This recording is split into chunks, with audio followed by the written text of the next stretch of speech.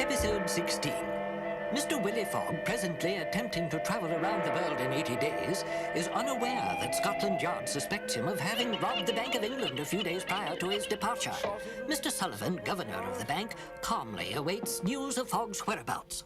I say, 2 whole weeks. It's been 2 weeks since Scotland Yard has had any news of Fogg's whereabouts. Those 2 idiots, Inspector Dix and Constable Bully, are supposed to have him under surveillance. It's infuriating. We have no idea where he is, and meanwhile he's financing his trip with the money he stole from your bank. We do know where he is. Explain yourself, Lord Guinness. Willy Fogg and his friends are crossing the Pacific Ocean. Be more specific. According to his itinerary, Mr. Fogg is aboard the General Grant bound for San Francisco. Go on. I would say he's somewhere between 40 and 45 degrees north latitude. Let me see that glass, Lord Guinness. It appears Lord Guinness has solved the mystery, Sullivan. If you see him down there, say hello for me, Mr. Sullivan. We've got you there, Sullivan. Meanwhile, Willy Fogg and his friends are finding their voyage aboard the General Grant most enjoyable. I'm the one who made the bet, and I know we'll be exactly right on time. Fogg is my name, I like to play with my life in many ways, that's what they say. Here I am, I'm a big old dog. I'm a deep golden mascot. It's my turn, the gentle touch. The more you love me so much. Hey, now the story must go on, because a lot of time is gone. We must be ready to go away. I'm sure getting hungry. What time is it? Oh, no wonder. It's already an hour later than I thought it was. It's 12 o'clock. Hey, good news, everybody. It's lunchtime. Oh, Tico. You don't need a watch, Tico. Your stomach is always on time. Now, let's see. I'll have to set my watch ahead 1 hour. But why? The Earth is divided by imaginary lines into 24 time zones. Now then, these imaginary lines are called meridians, and every time we cross one going east, it's an hour later than before. I find all of these changes so confusing, Monsieur Fogg. So if you don't mind, I'll set my watch according to the time in London. But how can this be? My watch also says 12 o'clock, Monsieur Fogg. Tico. If this is one of your jokes, it's not very funny. You changed the time on my watch, didn't you? Don't blame me if your watch don't know what time it is. Tico is innocent, Rigadon. London time is also 12 o'clock. But London's so far away. In fact, Rigadon, London is precisely halfway around the world from where we are now, which means that when it's 12 midnight there, it's 12 noon in our present location. So it's midnight in London? It's 1 hour later each time we cross a meridian into a new time zone. And this is the 12th meridian we've crossed since leaving London. So, that means a 12-hour difference, which means it's the middle of the night in London. My head. Oh. Perhaps a bite to eat would make you feel better.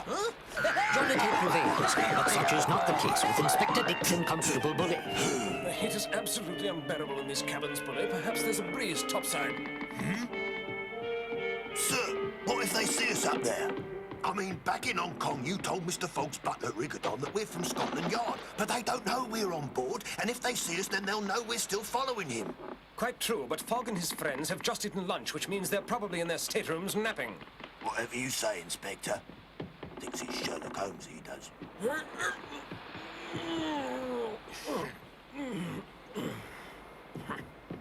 I believe this is Look, the it's longest him. weather we've encountered since leaving Singapore. Isn't the air marvelous? They're supposed to be taking a nap. Perhaps they didn't know that, sir. Looks to me like they're wide awake. Hey! Shh. Just pretend to look at the ocean. Unless I'm very much mistaken, sir, I am looking at the ocean. I mean, pretend that we're not hiding. You call this hiding? Oh, never mind, Bully.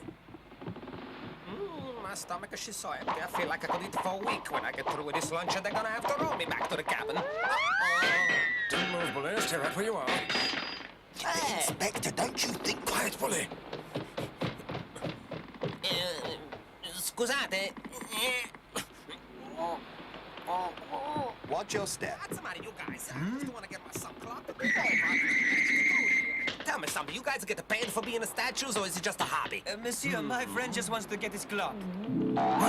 Inspector! I'm glad you are here. Monsieur, I have a score to settle with you. When I get mad, I'm gonna buy. After what you did to me in Hong Kong, I should throw you overboard, Inspector. You blackguard! You are a cowardly liar with no sense of honor, monsieur! Well, if it isn't Mr. Brigadoon, what a surprise. Are you surprised, Bully? I know I am. You serpent! You spiked my drink with knockout drops when I refused to betray Monsieur Fogg! Did the upright inspector of Scotland Yard stoop so low as to commit the offence of which he is accused? I don't know what you're talking about. When I went down to the wine cellar, I was knocked unconscious, and when I awoke, I was out in the street. It was, in fact, the evil-minded transfer in disguise who was responsible for the reprehensible act. Your death of cold. I give you my solemn word as an Englishman, I am innocent. Well, I don't believe you. You are an imposter, Monsieur Dix. What do you mean, imposter? I mean that if you were really a police inspector as you say you are, monsieur, you would not have stooped to pulling such a dirty trick on me. You saw my credentials, didn't you? And now you will see my credentials, monsieur, and feel them as well.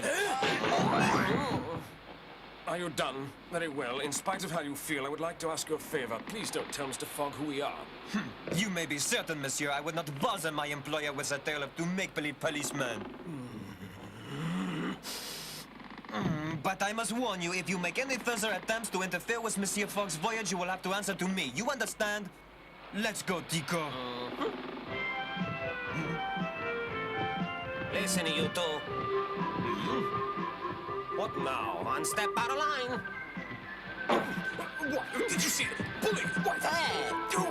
What is it now, Tico? I get so subtracted taking care of these two, I must completely forget my sun clock. Ah, there it is. I'll take care of him. What? It's a lovely day for a swim. Hey, you get on. Seems to be okay. Très bien, mon ami.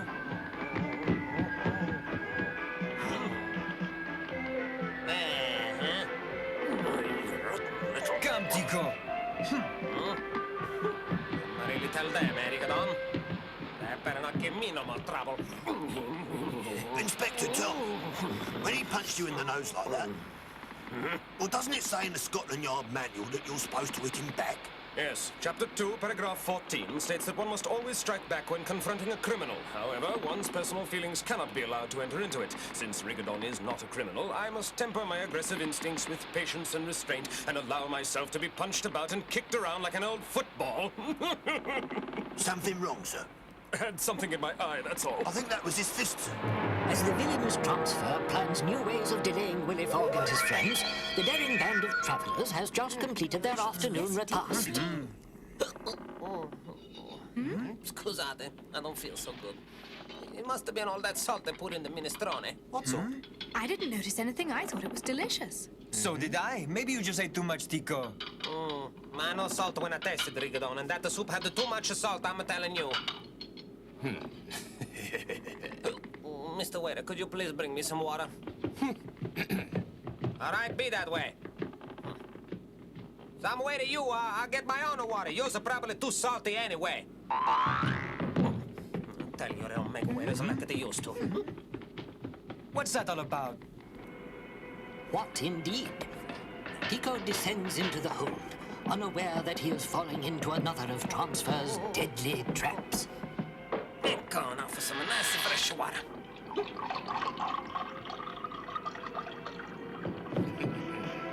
Nasty, are you?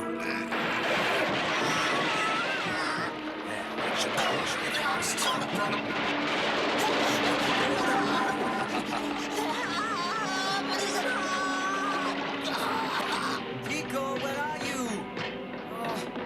Tico! Huh?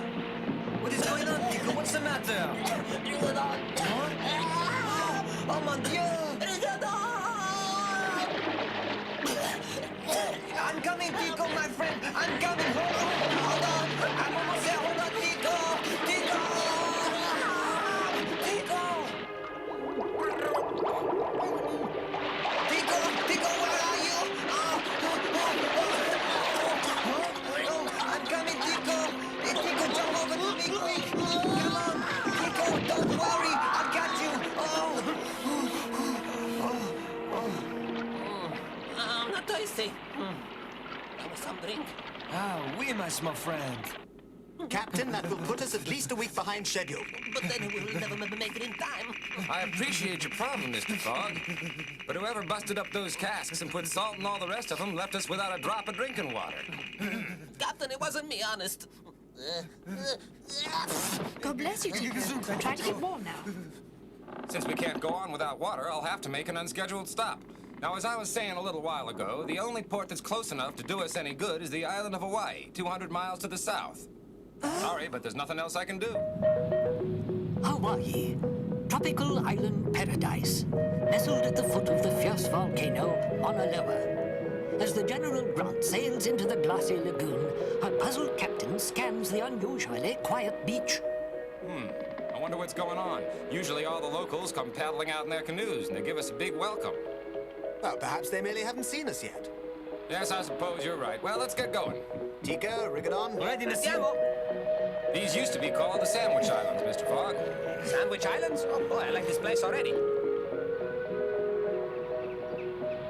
Oh, boy, land! It's so glad to be on something that doesn't move around all the time, and it's so beautiful here.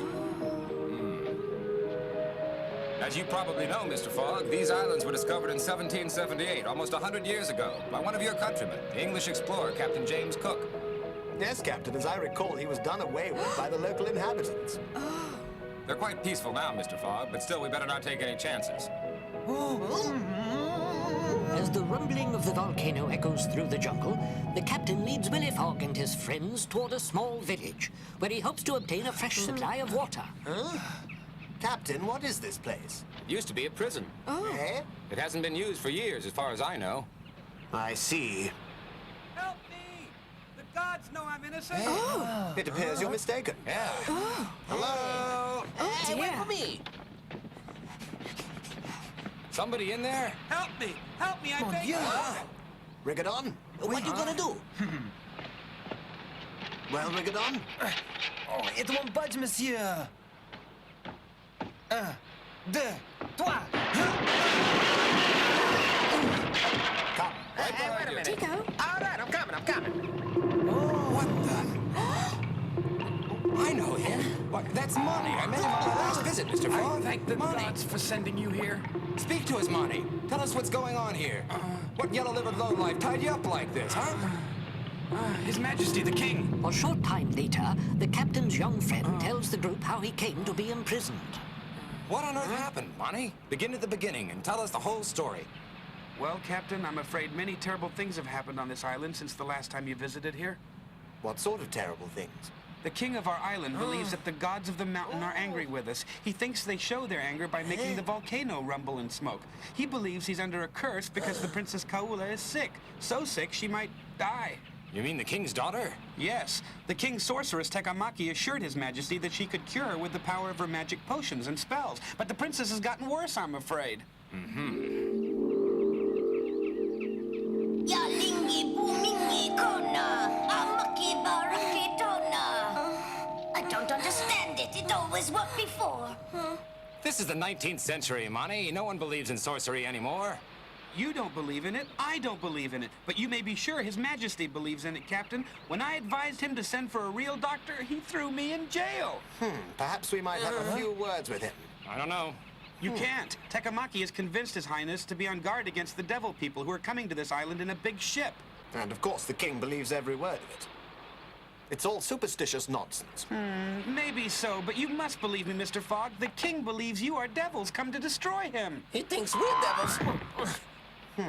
I believe the time has come to have a word with him. oh no. I should think so. A short time later, the group approaches the palace of the Island King, a jungle fortress surrounded by armed guards. Hey, go away. You can't come in here. That's far enough. Halt!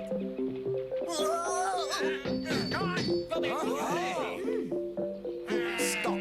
I demand that you tell King Pipe that Mr. Willy Fogg and his party request an audience. Go on, quickly now. Tell His Majesty we're waiting. Yes, sir. We'll tell him. I'm gonna tell him. All right, you big baby. Your Majesty, the captain's back and he's got company. Well, this is Willy Fogg, Your Highness. Well, Captain, I suppose you can explain why there's a condemned criminal in your company. Uh-oh. I released him, Your Majesty. On whose authority? Listen, Your Majesty, I can explain everything. I am famous for my pleasant nature and hospitality, Captain. But you try my patience when you bring these demons to release my prisoner. That's not true. Listen here, the only reason we've come is for water. That is the simple truth, Your Majesty. Our intentions are completely peaceful. I doubt that. They are under arrest. Take them away.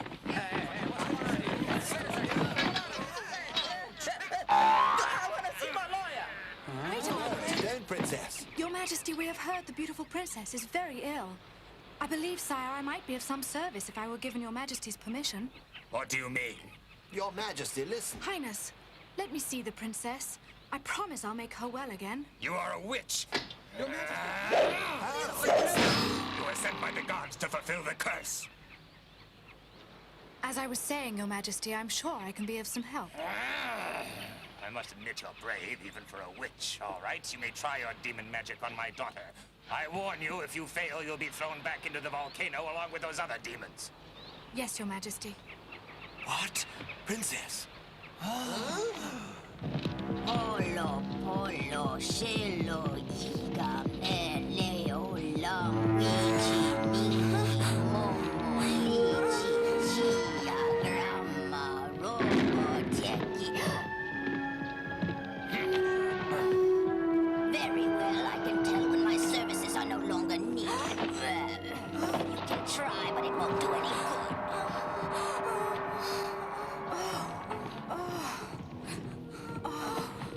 She's burning up, poor dear. I can't walk.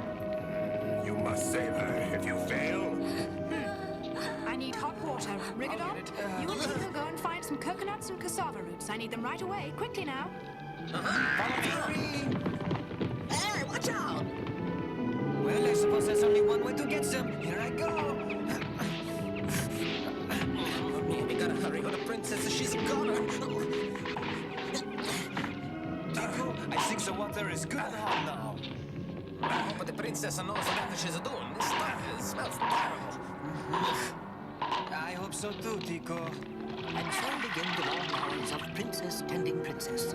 The one gently applying her knowledge of medicine, the other hovering dangerously on the edge of the eternal abyss, while outside the others keep their vigil, hoping for a miraculous recovery. No, Your Highness. But while the hours pass slowly for those on guard, inside the sick room time seems to be running out. What's that? What? Ground up chicken bones. It's a formula to make a medicinal soup. Ay, ay, ay. You think that chicken soup are gonna help her get better, princess? Well, Tico, it certainly wouldn't hurt. Come. Listen, if you got the soup left over... Gosh, Tico. The hours slip by as the night watch continues. The volcano rumbles angrily until at last, dawn breaks in the east.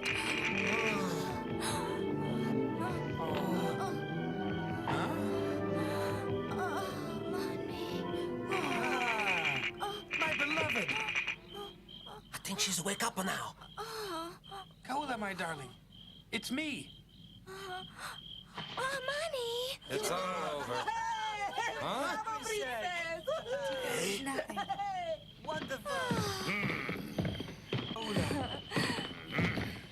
Ah, my little princess. I'm happy to see you, Papa. Money, you traitor. Oh, dear. I know my daughter is fond of you, so to spare her feelings, I will spare your life. But you must leave and never return. You are banished. Don't make me choose between the two men I love most. If you banish Money, you're banishing me too. You dare speak to me that way? Oh, Papa, don't be such a bore. Money was trying to save my life. And I love him. Kaula. With your permission, Your Majesty, allow me to offer some medical advice. Your daughter has been quite ill, and if you don't let her marry, she'll probably suffer a relapse.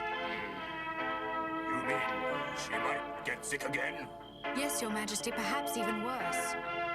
That cannot be allowed to happen. Kaula and Mani love each other desperately. The solution is perfectly obvious. Why not simply allow them to marry? Out of the question. Your Majesty, you're being terribly recalcitrant, you know.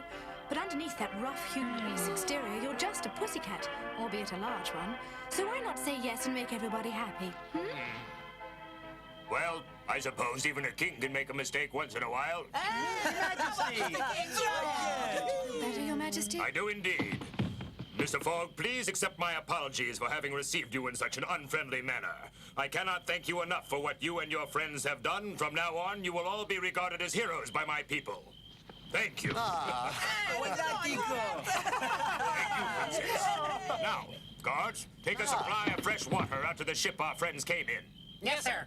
Me first. No, me. Hey, come on, you see just Very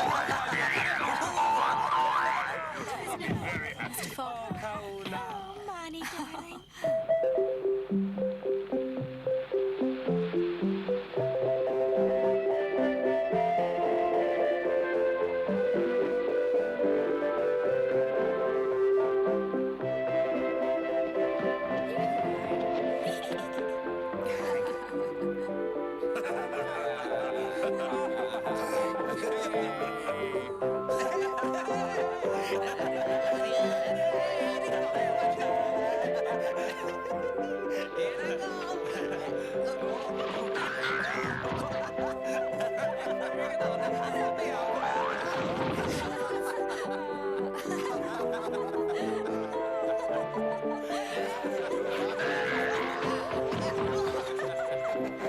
Though Willy Fogg and his companions had not planned to stop in Hawaii, the brief visit has been an eventful chapter in their daring journey. Not only has it turned out to be a delightful interlude for the band of travelers, due in large part to their arrival, the islanders are happy once again. Willy Fogg and his friends will always remember their adventure in Hawaii. Adventure in Hawaii, my foot.